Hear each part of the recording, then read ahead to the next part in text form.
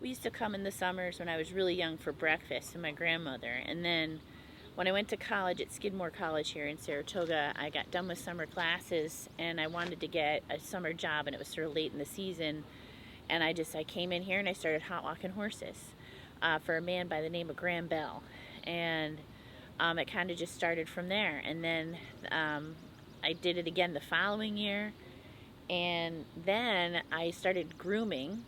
I groomed for Kenny McPeak. God, this is going back like 20 years ago. And I groomed for quite a few years for different people. And then I learned how to pony for the races. And then after I learned to pony from the races, I learned to gallop racehorses. But I've been riding my whole life. It's just I hadn't galloped racehorses before, and it's much different than regular hunter-jumper riding.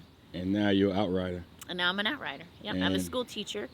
I've been a school teacher for 26 years in Scotia. I teach 7th and 8th grade English, and then I've always done this in the summers. I galloped for Todd Pletcher for about 7 years, almost 8 years, and Linda Rice before that. And I used to ride before school, change in the tack room, go to school, and then when summer came around, I did it full time. And then I got an opportunity to do this and use my own, gives my horses summer employment as well. So then I started doing this as well. So I get to talk about it in the classroom too, so it's kind of fun. What's the most important thing of being an outrider? Paying attention. It's a whole different thing from being an exercise rider. You pay attention to a lot of things, but because I've done everything from the ground up, you understand all that goes on. But when they're out here, you kind of have to have a sense of when a horse is, horse or rider's in distress and things like that. So you have to have a good attention. You have to have a really good horse. You got to be able to ride. It's a lot of multitasking, and I've had a lot of really good mentors through the years too. Who was a few mentors you had?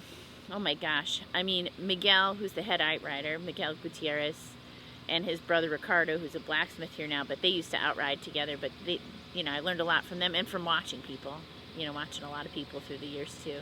So people like Miguel, right? Good hand on the horse, right? Like, he's amazing. They've been doing it their whole life too. And they love it. They have a passion for it, and they make their own horses. They take horses that have, they're done with their career here, and they give them another career after the races, and it's really great. They're repurposing horses that give a lot back to the people. What could you learn from Miguel? Oh, I'm learning all the time from people. I mean, it's like I said, it's a lot of people watching. It's a lot of watching things. You ask questions because you never stop learning. You never stop learning, and it's a matter of being smart enough and don't be ignorant about thinking you've learned enough and you know your job. You can always learn more, and that's something that all these guys show you all the time. How important is the men and women that do this job day in, day out? It's unbelievable. The hot walkers, the grooms, the foremen, the assistant trainers. You see the trainers, but it's all the little people that make it all possible. I mean, and every person's just as important as the next. That hot walker lets go of a horse, that horse could get hurt, not get to a race. So everybody's got to know their job and do it well. Nobody's small. Everybody's got a big part here. What makes a good groom? Oh my God, they just have to know their horse. It's like having your own child. They get to know them real well. You get to know all their quirks. You get to know all their, ins and out of their body, how they act every day. It's like having a child. If you're a good parent, you're a good groom.